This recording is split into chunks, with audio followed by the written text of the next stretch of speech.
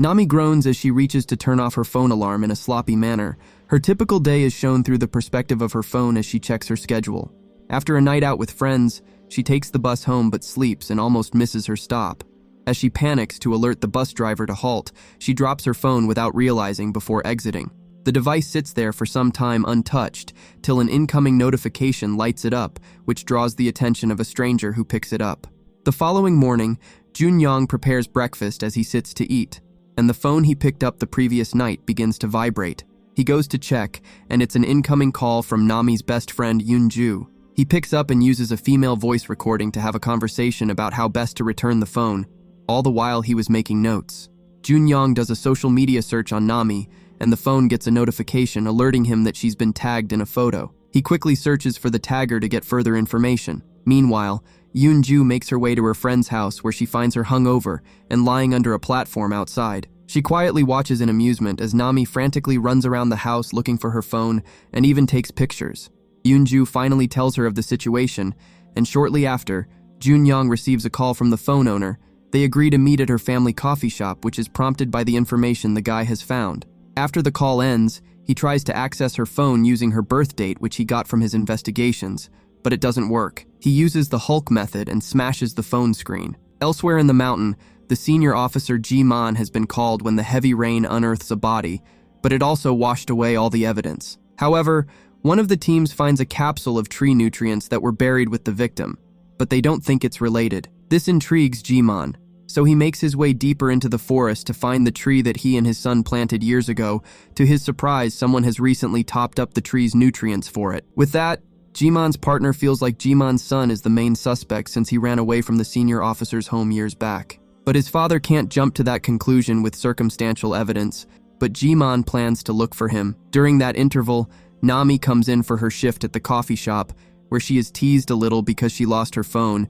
It is revealed that it has become public knowledge because Yoon-ju posted it. The shop phone rings, and it's Jun-young impersonating a woman again. He tells her that he has accidentally broken the phone screen and has left it at a repair shop. The service has already been paid for, and all she has to do is pick it up. He gives her the address, and she later makes her way there and finds her broken phone on the counter. Jun-young comes out with his face covered and gives her a repair form to fill, which requests her password. After he gets the information, he takes the phone to the back to complete the repair, but he gains access to the phone and installs spy software and mirrors the device to one of his. He brings out the repaired phone. She's impressed with his workmanship and thanks him before leaving.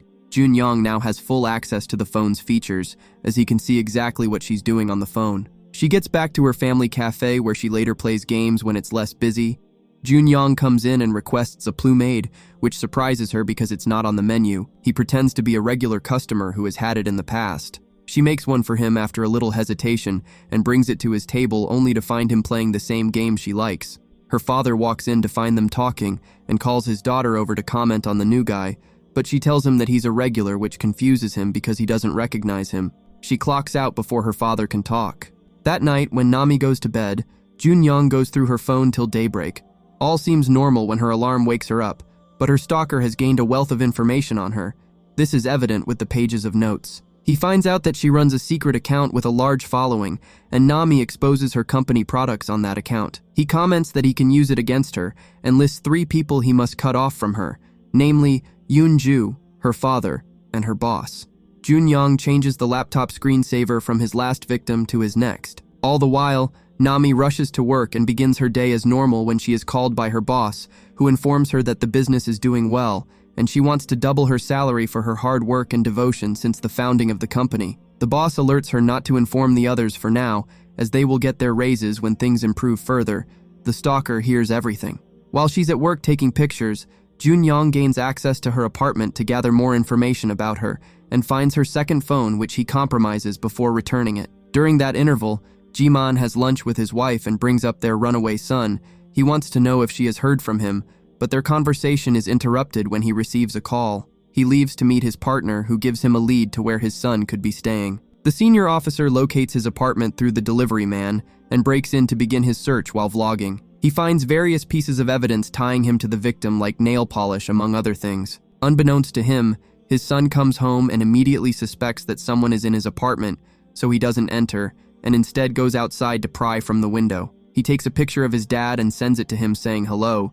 This causes Jiman to rush out onto the streets to look for him, but finds no one. He receives more pictures of himself at his current location. Jiman finds the place where the pictures are taken, only to find an automated setup. He gets another message showing the apartment being flooded, which causes him to rush back, but by the time he gets there, all the evidence is destroyed. Junyong casually leaves with a single suitcase with his essentials. He makes his way to the family cafe where he is attended to by Nami's dad. Her father tells him that the plumade is not a menu item, but decides to make it for him anyway. He pretends to remember that he is a regular and hints that he knows all their faces. This makes the stalker a little uncomfortable, but he takes a seat to wait for his order. Turns out that he also came to buy a vintage CD from Nami, and she recognizes him as the plumade guy from the previous day.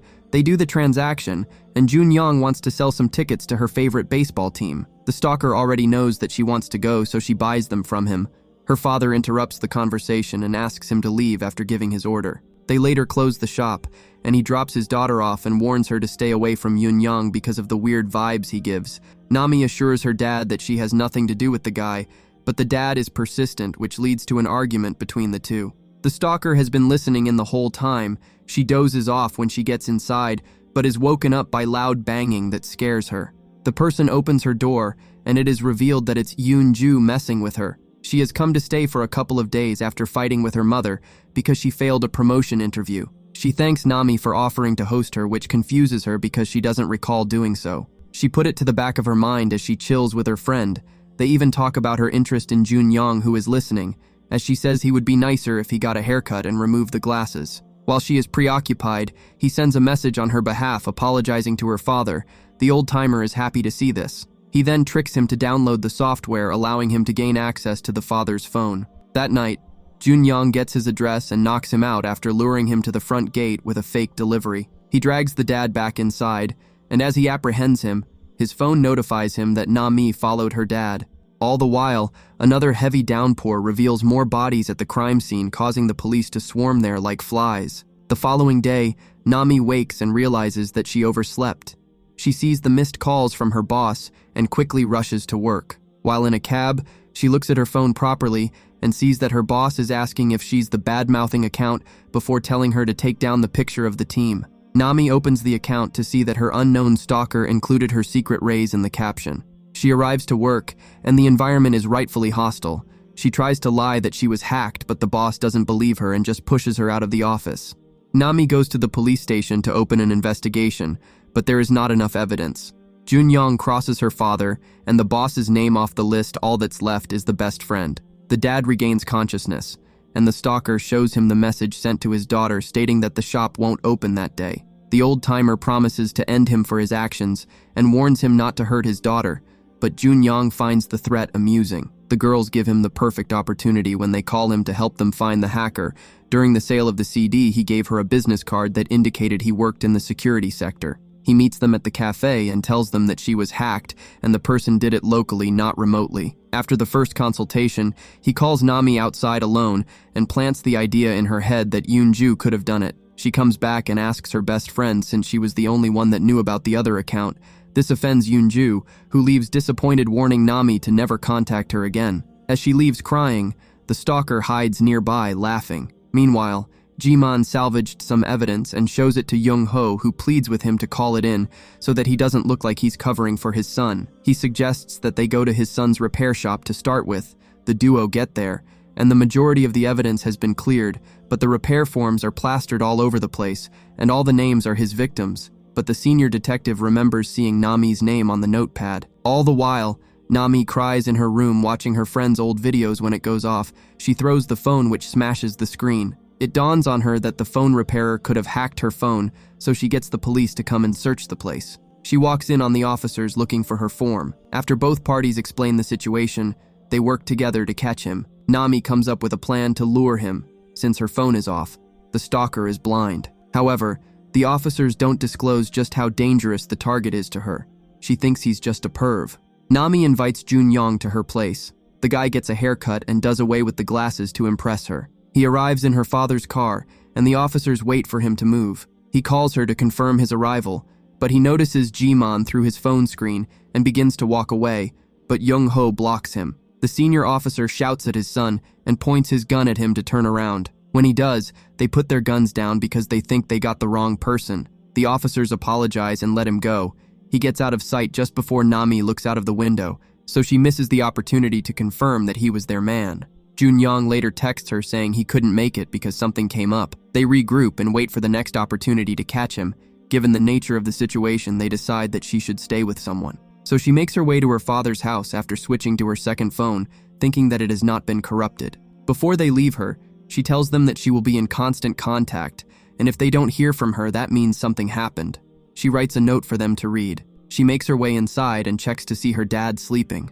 Nami goes to her room when she gets a message from Jun-young commenting on her getting a new phone. He asks her to call him. A look of dread washes over her face as she hears the phone vibrating above her. She rushes to her dad's room to check, and it's filled with pillows to make it look like someone was sleeping. She tries to call the detective, but to her shock, the number keeps deleting. Another wave of dread hits her again when she realizes that her second phone was hacked too. She comes out weapon in hand, but Jun-young neutralizes her by showing a picture of her dad in a bad situation. Meanwhile, Jung-ho gets a call which causes him to stop his car suddenly. He tells Ji-man that they found his son's remains. Back at the house, Jun-young scolds Nami for ruining his plans. She promises to do anything if he lets her father go, so he requests that she ends her father. But before that, he overheard that she must be in constant communication, so he forces her to send a message to the officers telling them that she is going to bed. After sending it, she throws the piece of paper she wrote on onto the floor. He explains that he has no particular reason for doing this apart from the fact he found her phone. He pretends to need the washroom, so Nami takes a fire poke ready to ambush him, but he takes too long in the bathroom. She enters to find her dad tied in the bath with water. He makes her tie her own feet before he fully immobilizes her. Jun-young covers her mouth before throwing her into the bath. The rise in water level causes both of them to start drowning. The stalker takes a picture of her before going to the living room to wait for them to leave the world. However, he notices the piece of paper and reads what she wrote. The lady informed the officers that all checks will be done via call. Jun-young looks outside to see the officers closing in on the house. He hides and tries to attack Jung-ho, but he's caught by Ji-man, who starts beating him before dragging and cuffing him. He asks where's his son. The imposter tries to play mind games, calling him dad, before showing him to his suitcase. He opens to find all the information on his victims, and his son is one of them. The stalker ended him and used his name to commit the crimes. Ji-man checks his son's phone to find the screensaver as his lifeless body. The father goes to shoot the imposter, but restrains himself. All the while, Jung-ho removes the father and daughter from the bath and tries to resuscitate the father. Nami cuts herself loose with her pocket knife. She picks up the officer's gun and shoots her stalker. Moments later, her dad regains consciousness. The police arrive, and they are rushed to the hospital. In the aftermath, Nami rekindles her friendship with Yoonju as they work at the cafe along with her father. However, a group who are angry about her other Instagram page lurk around watching her as they take pictures. And with that, the movie comes to an end.